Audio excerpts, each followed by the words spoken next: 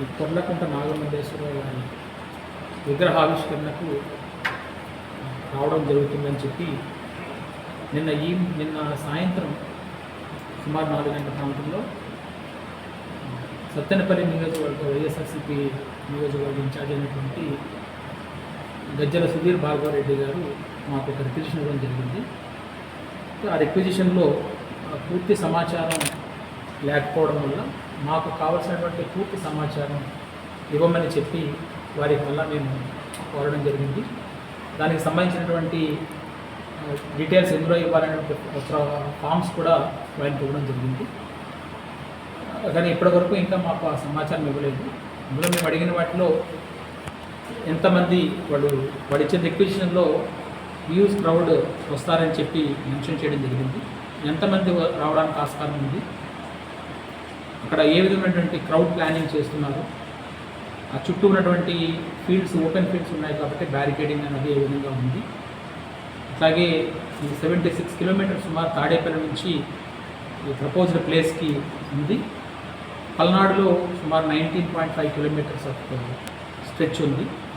ఈ long journey ఏ విధంగా చేస్తున్నారు, ఎవరెవరు ఈ ప్రోగ్రామ్ని పూర్తి బాధ్యతగా తీసుకుంటున్నారు, ఎన్ని వెహికల్స్ వచ్చే అవకాశం ఉంది, ఇటువంటి డీటెయిల్స్ అన్నీ కూడా అడగడం జరిగింది. వాటికి సంబంధించి ఇప్పటికి ఇంకా మాకు ఎటువంటి సమాచారం అందించి రాలేదు.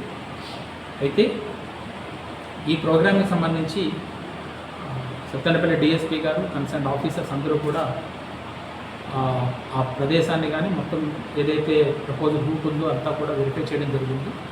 వెరిఫై చేసి కొన్ని ఏవైతే దీనికి సంబంధించి ఉన్నాయో వాటిని సబ్మిట్ చేయడం జరిగింది.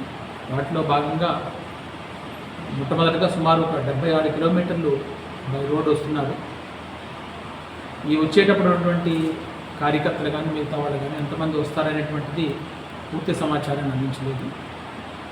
రెంటపాళ్ళ విలేజ్లో ఏదైతే మనకి క్రోసూరు టు అచ్చంపేట వెళ్ళే రోడ్డు దగ్గర నుంచి ఈ ప్రపోజ్డ్ ప్లేస్ ఉందో అక్కడికి సుమారు ఒక 500 నుంచి 600 మీటర్ల రోడ్డు ఉంది.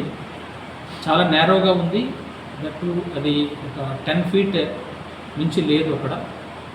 అక్కడికి ఇంత క్రౌడ్తో వెళ్ళడం కానీ మళ్ళీ తిరిగి సేమ్ కాన్వాయ్ని అదే రూట్లో తీసుకురావడం కానీ అక్కడ నుంచి ఎగ్జిట్ రూట్ కానీ ఏదైతే ఇప్పుడు స్టాచ్యూ ఉందో దానికి 3 వైపులా కూడా ఓపెన్ ఫీల్డ్స్ ఉన్నాయి. ఆ ఓపెన్ ఫీల్డ్స్ అన్నీ కూడా కంప్లీట్గా క్రౌడ్ రావడానికి అవకాశం ఉంది. అలాగే సుమారుగా ఒక 30,000 మందికి భోజనాలు ఎస్పీ సూపర్ మార్కెట్ దగ్గర ఏర్పాటు చేస్తున్నటువంటి సమాచారం కూడా మా దగ్గర ఉంది. సో అంతమంది క్రౌడ్ వస్తే ఈ ప్రోగ్రామ్ని ఆర్గనైజ్ చేయడం అనేటువంటిది చాలా ఇబ్బందిగా కూడుకున్నది. అలాగే లా అండ్ ఆర్డర్ ఇష్యూస్ వచ్చే అవకాశం కూడా ఉందని భావించడం జరిగింది. ఇందులో ఆ నేరో రోడ్లో వెళ్తున్నప్పుడు ఇంత క్రౌడ్ ఎక్కువైనప్పుడు స్టాంపేడ్ జరిగేటువంటి అవకాశాలు ఎక్కువగా ఉంటాయని ఒకటి తెలియజేస్తున్నాము. ట్రాఫిక్ కంజెషన్స్ 76 కిలోమీటర్స్ అని వస్తున్నప్పుడు పర్టికులర్లీ 19.5 కిలోమీటర్స్ పల్నాడు డిస్టిక్లో ఈ స్ట్రెచ్లో వస్తున్నప్పుడు,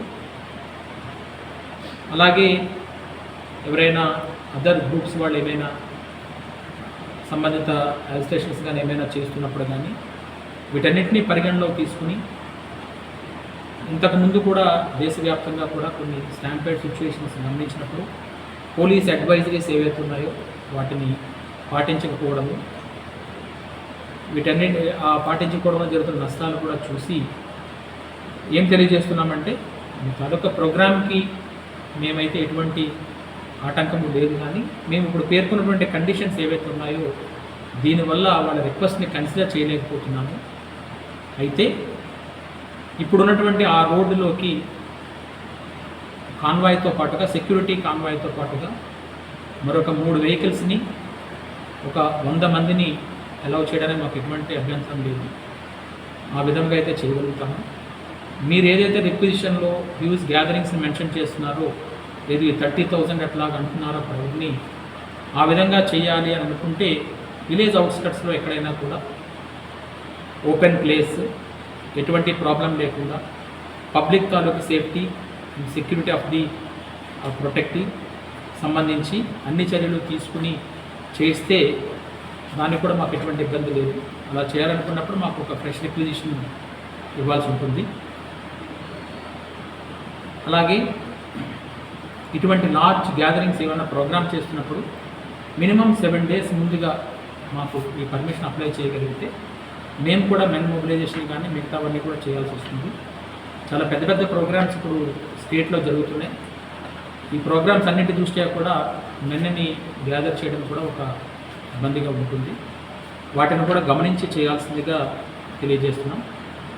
సో ఈ ప్రోగ్రామ్ని సెక్యూరిటీ కాన్వాయ్, మరలా అది కాకుండా ఎడిషనల్గా 3 vehiclesని 100 members గ్యాదరింగ్తో అయితే ఎటువంటి ఇబ్బంది లేకుండా పీస్ఫుల్గా చక్కగా ప్రోగ్రామ్ జరిగే అవకాశం ఉంది. కాబట్టి ఆ విధంగా అయితే మేము అలౌ చేయగలుగుతామని తెలియజేస్తున్నాము. ఈ లార్జ్ గ్యాదరింగ్స్తో అయితే వాడు అడిగిన రిక్వెస్ట్ని అయితే కన్సిడర్ చేయలేకపోతున్నామని కూడా తెలియజేయడం జరుగుతుంది. ఇది కాకుండా వేరే విధంగా ఏమైనా వస్తే మాత్రం చట్టపరంగా ఏవైతే ఉన్నాయో ఆ చర్యలన్నీ తీసుకోవడం జరుగుతుంది. అలాగే ఆర్గనైజర్స్ ఎవరైతే ఏవైనా ప్రపోజల్స్తో వస్తారో వాళ్ళు పూర్తి సమాచారాన్ని కలిగి ఉండాలి. ప్రోగ్రామ్ ఏంటి, ఎంతమంది వస్తారు, ఏ విధంగా వస్తారు, ఎన్ని వెహికల్స్తో ఉంటుంది, తర్వాత సెక్యూరిటీకి సంబంధించి కూడా ఒక పూర్తి అవగాహనతో ఉంటే దానికి సంబంధించి మేము ప్లాన్ చేయగలుగుతాము. పూర్తి వాళ్ళతో సహకరించి వాళ్ళతో కోఆర్డినేట్ చేసి ప్రోగ్రామ్స్ని ఎటువంటి ఇబ్బంది లేకుండా ఎటువంటి శాంతి భద్రతల విఘాతం కూడా కలగకుండా చేయగలుగుతామని తెలియజేస్తాం. బోత్ సైడ్స్ ఆ రోడ్డుకి బోత్ సైడ్స్ కూడా హౌసెస్ కంప్లీట్గా ఉన్నాయి. తర్వాత ఏవైతే మన సైడ్ కెనాల్స్ ఉన్నాయో అవి కూడా ఉన్నాయి. ఈవెన్ వెహికల్స్ నుంచి అటు ఇటు వేరే స్మాల్ సైకిల్స్ కూడా మూవ్ అయ్యేటువంటి పరిస్థితి కూడా లేదు అక్కడ. ఎంతమంది క్రౌడ్ వచ్చినప్పుడు మళ్ళీ మనం బ్యాక్కే తీసుకురావాల్సి ఉంటుంది విఐపిని. వేరే ఎగ్జిట్ కూడా లేదు. ఎగ్జిట్ వెళ్ళాలన్నా కూడా ఇటువైపు అన్నీ కూడా ఫీల్డ్స్ ఉన్నాయి తప్పించి వేరే ఎగ్జిట్ లేదు. సో ఈ క్రౌడ్లో నుంచి మళ్ళీ వెనక్కి తీసుకుని రావడం కూడా అది సాధ్యమయ్యేటట్టుగా లేదు. కాబట్టి ఈ ప్రపోజల్ అయితే క్లియర్గా చేయగలుగుతున్నాం. అదైతే మేము అలౌ చేయాలి. లాస్ట్ టైం ఎక్స్సీఎం గారి ర్యాలీలో పొదిలిలో కథం జరిగింది అటాక్స్. ఆ విధంగా సెన్సిటివ్ ఏరియాస్లో అన్న అట్లీస్ట్ ఏమైనా సెక్యూరిటీ పెట్టండి. అందు గురించనే ఏమని అడుగుతున్నామంటే క్రౌడ్ పుల్లింగ్ ఏం చేస్తున్నారు అది క్లియర్గా మాకు చెప్పండి.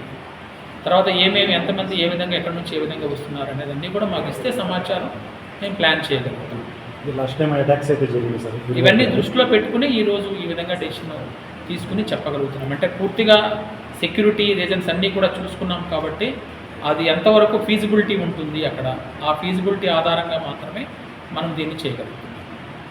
Security, law and order situation, law and order disturbance ఏమీ లేకుండా, ట్రాఫిక్ కండిషన్స్ లేకుండా, ఎమర్జెన్సీ వెహికల్స్ అంబులెన్స్ కానీ ఫైర్ సర్వీసెస్ కానీ వాటిని కానీ ఎనీ ఎవాక్యూషన్ ప్లాన్ కానీ ప్రాపర్గా ఉండాలని, ఇటువంటివి ఏమీ లేకుండా అయితే ఇబ్బంది అవుతుందని ముందుగానే మనం తెలియజేయడం జరుగుతుంది.